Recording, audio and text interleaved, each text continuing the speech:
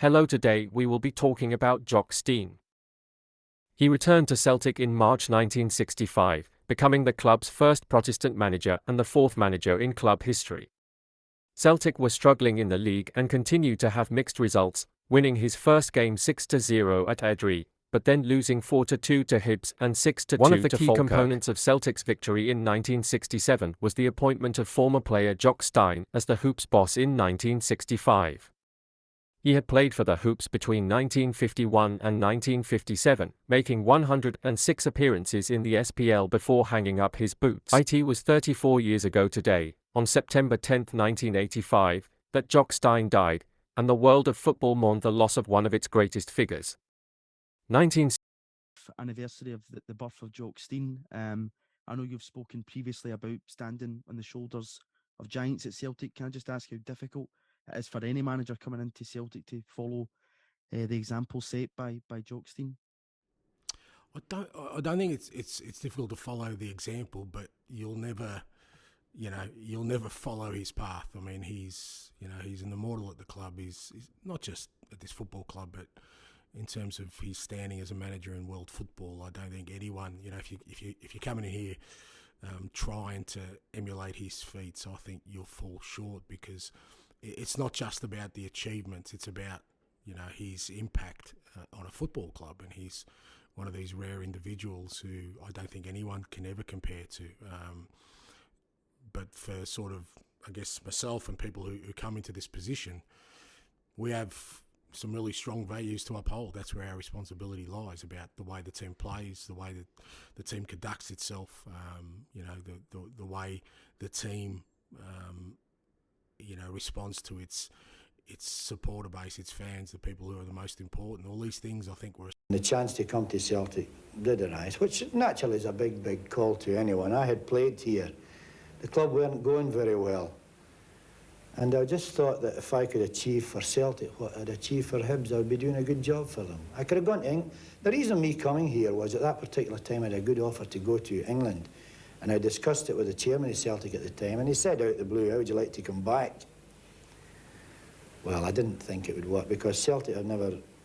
I don't think I have ever worked really with a manager having full say. But I was assured that I'd be given full control of the side. And full control, but I didn't want to be told that I would get full control. I'm no use of getting full control if you're not able to get it. What I wanted to do was to prove to the people I was capable of taking full control. And I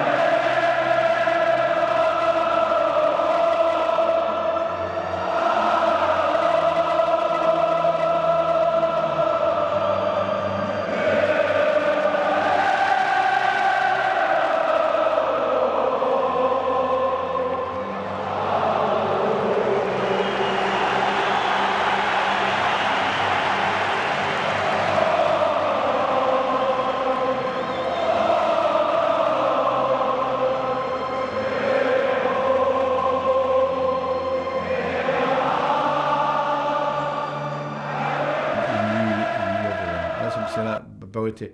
You know, it's something that's a great talent. Matt Busby, they say, had it also. He can remember players' names from 30 years ago.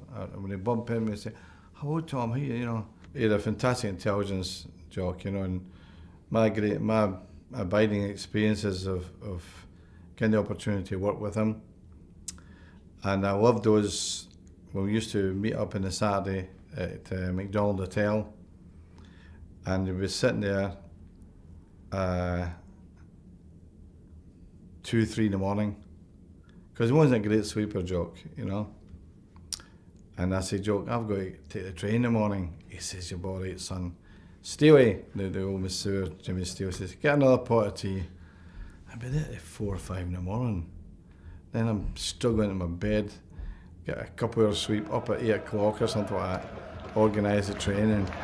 And Jock would look, you know, live and kicking. I mean, really, he was an amazing man.